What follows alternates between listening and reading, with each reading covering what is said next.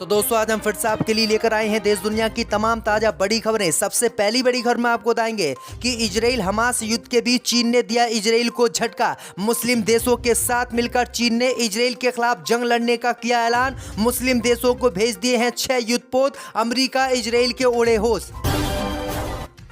Israel का समर्थन करना अमेरिका के राष्ट्रपति जो बाइडेन को पड़ा भारी। अमेरिका की सड़कों पर युद्ध विराम और फ्री फिलिस्तीन के लगे नारे। प्रदर्शनकारियों ने इजराइल का जमकर किया विरोध।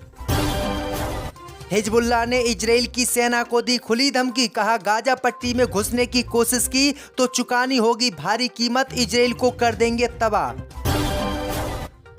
आजम खान को रामपुर जेल से किया गया हरदोई शिफ्ट। बेटा अब्दुल्ला सीतापुर पहुंचे। 7 साल की हुई थी सजा। गाजा के निवासियों को इजराइल ने फिर से दी चेतावनी। कहा इलाका खाली कर दो वरना तुमको भी घोषित किया जाएगा आतंकी। इजराइल हमास की जंग के बीच नेतन्याहू के विरोध में उतरे इजराइल के लोग। बोले फिलिस्तीनी मुसलमानों को रिहा करे नेतन्याहू वरना हमास कर देगा इजरायलियों की हत्या।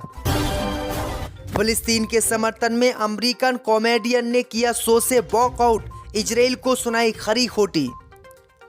तो दोस्तों सभी खबरों को आपको एक एक कर बताने वाले हैं। वीडियो को लाइक कर चैनल को सब्सक्राइब कर दें। इसी बीच पर तो दोस्तों अगली खबर की ओर तो इजराइल हमास युद्ध के बीच चीन ने इजराइल को दिया झटका। मुस्लिम देशों के साथ मिलकर इजराइल के खिलाफ जंग लड़ने का किया ऐलान। मुस्लिम देशों को भेज दिए 6 युद्धपोत। अमेरिका इजराइल की उड़ी नींद।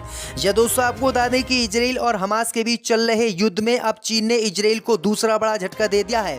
दरअसल आपको बता दें कि चीन ने पहले तो इजराइल का विरोध किया था, लेकिन अब चीन की सरकार ने इजराइल का विरोध करते हुए हमास और मुस्लिम देशों के साथ मिलकर चीन ने इजराइल अमेरिका के खिलाफ युद्ध लड़ने का ऐलान कर दिया है। वहीं आपको बता दें कि इसी दिशा में कदम उठाते हुए चीन की सरकार ने मुस्लिम देशों को 6 युद्धपोत भेज दिए हैं। ये युद्धपोत हमास और फिलिस्तीनी मुसलमानों की रक्षा करने के लिए भेजे हैं। बीते दिनों अमेरिका की सरकार ने भी इजराइल की रक्षा के लिए कई युद्धपोत भेजे थे और इसी बहस में चीन ने भी अब मुस्लिम देशों की मदद के लिए 6 युद्धपोत भेजे हैं, जिसके बाद इजराइल का हारना तय है। वहीं आपको बता दें कि रूस से मुलाकात के बाद चीन ने यह कदम उठाया है, जिससे पूरी दुनिया में हड़कंप मच गया है और वर्ल्ड वॉर 3 शुरू हो सकता है। इसी पर तो दोस्तों अगली खबर की ओर तो अमेरिका की सड़कों पर युद्ध विराम और फ्री फिलिस्तीन के लगे नारे। प्रदर्शनकारियों ने कई शहरों में निकाला मार्च तो जो बाइडेन की बड़ी चिंता। यह दोस्तों आपको बता दें कि 2 सप्ताह पहले इजराइल पर हमास के हमले के बाद गाजा में तत्काल युद्ध विराम की मांग को लेकर सैकड़ों लोग अमेरिका की सड़कों पर उतर आए हैं। अमेरिका की सड़कों पर उतरे लोगों ने युद्ध विराम और फ्री फिलिस्तीन के नारे लगाए और जो बाइडेन के खिलाफ जमकर प्रदर्शन किया। वहीं आपको बता दें कि इन प्रदर्शनकारियों ने अमेरिका से कहा है कि अमेरिका फिलिस्तीन के समर्थन में ना खड़ा होकर इजराइल को हथियार देकर फिलिस्तीनियों को अपने हथियारों से मरवा रहा है। इसलिए हम इसका विरोध कर रहे हैं और अमेरिका की सरकार को युद्ध विराम करना चाहिए और अमेरिका को एक नया देश बनाना चाहिए। यानी अमेरिका में अब फिलिस्तीन को नया देश बनाने की मांग उठ गई है। इसी बीच पर तो दोस्तों अगली खबर की ओर तो हिजबुल्लाह ने इजराइल को दी धमकी। कहा गाजा पट्टी में घुसने की कोशिश की तो चुकानी होगी इजराइल को भारी कीमत। यह दोस्तों आपको बता दें कि लेबनान के चरमपंथी संगठन हिजबुल्लाह ने अब इजराइल को सीधे तौर पर धमकी दे दी है। हिजबुल्लाह ने कहा है कि इजराइल और हमास के युद्ध में उसकी अहम भूमिका है और यदि इजराइल की सेना गाजा पट्टी में घुसने की कोशिश करती है तो इसे उसकी भारी कीमत चुकानी होगी। हिजबुल्लाह की इस धमकी के बाद इजराइल की सेना ने भी अपने गाजा पट्टी से पैर पीछे खींचना शुरू कर दिया है। इजराइल को लगने लगा है कि अगर हमने घुसने की कोशिश की गाजा पट्टी में तो हिजबुल्लाह हमको कहीं का नहीं छोड़ेगा।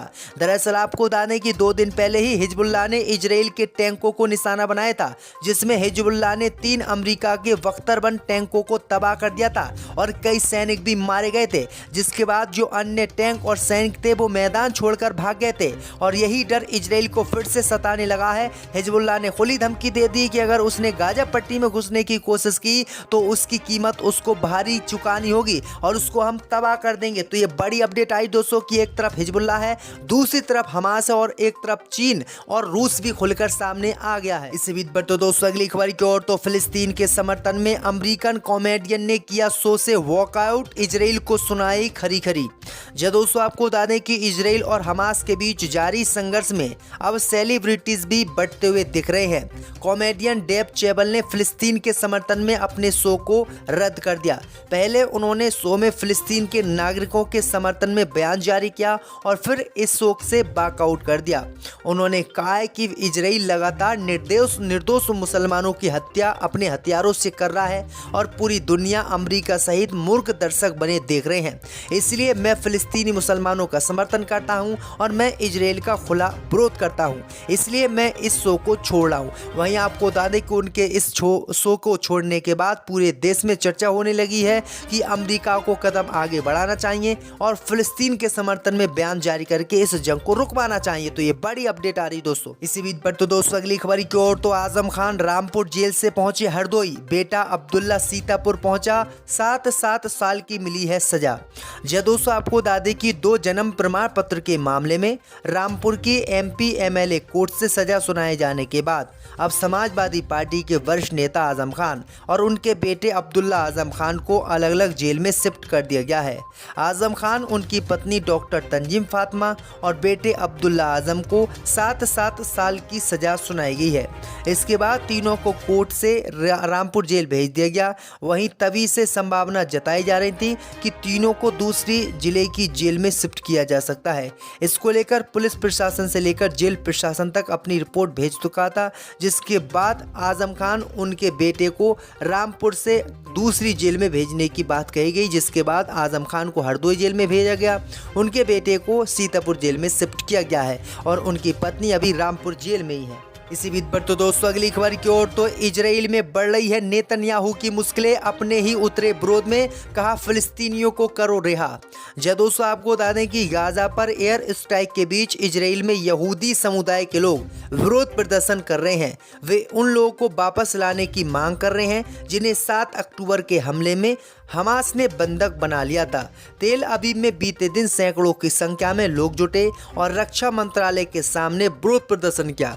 प्रदर्शनकारियों की मांग है कि पहले बंधकों को वापस लाया जाए, फिर इजरायली सेना युद्ध लड़े। उन्होंने प्रधानमंत्री बेंजामिन नेतन्याहू का इस्तीफा भी मांगा है। तो ये बड़ी अपडेट आई दोस्तों कि अब नेतन्याहू यानी इजराइल की सरकार के खिलाफ इजराइल के लोग ही खड़े हो गए हैं। उन्होंने कहा है कि फिलिस्तीनी मुसलमानों को इजराइल की सरकार रिहा करे और जो उनके लड़ाकों को, उनके लोगों को हमास ने बंधक बनाया है, उनको छुड़ाए। इसी बीच पर तो दोस्तों अगली खबर की ओर तो गाजा से फिलिस्तीनी मुसलमानों को निकालने की इजराइल ने जारी की चेतावनी, कहा इलाका खाली कर दो वरना तुम भी आतंकी समर्थक समझे जाओगे।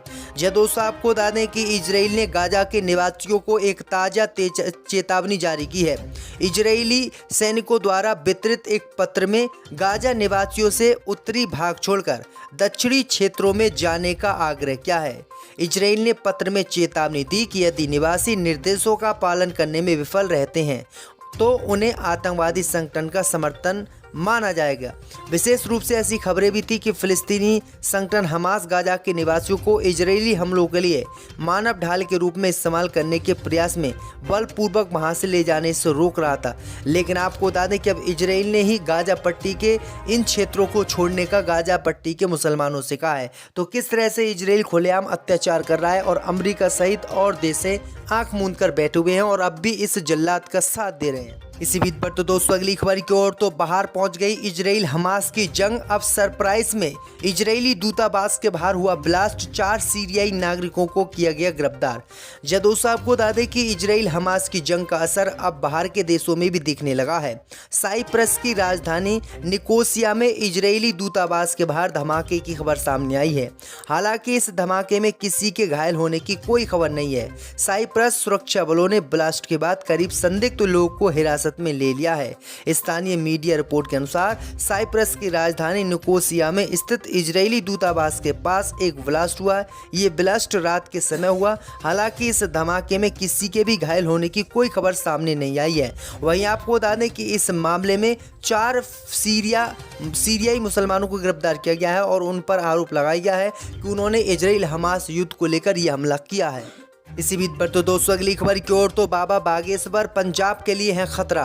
जय दोस्तों, आपको बता दें कि बागेश्वर धाम के धीरेन्द्र शास्त्री 3 दिन के पंजाब दौरे पर हैं। पठानकोट में उनका स्वागत किया गया, लेकिन आपको बता दें कि उस दौरान उनके एक बयान से विवाद खड़ा हो गया है।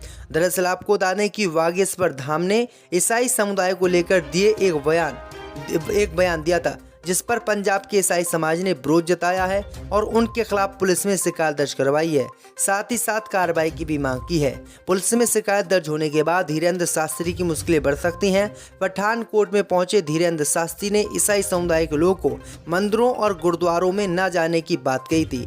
उनका कहना है कि ईसाई लोग गुरुद्वारों मंदिरों में जाकर हिंदू धर्म के व्यक्तियों को न बहलाएं, इसके लिए वो जगह जगह प्रचार करने पहुंच जाते हैं। इसके अलावा धीरेन्द्र शास्त्री ने ईसाई धर्म के लोगों पर धर्मांतरण करवाने का आरोप भी लगाया। वहीं उनका कहना है कि वे पंजाब बार बार आएंगे।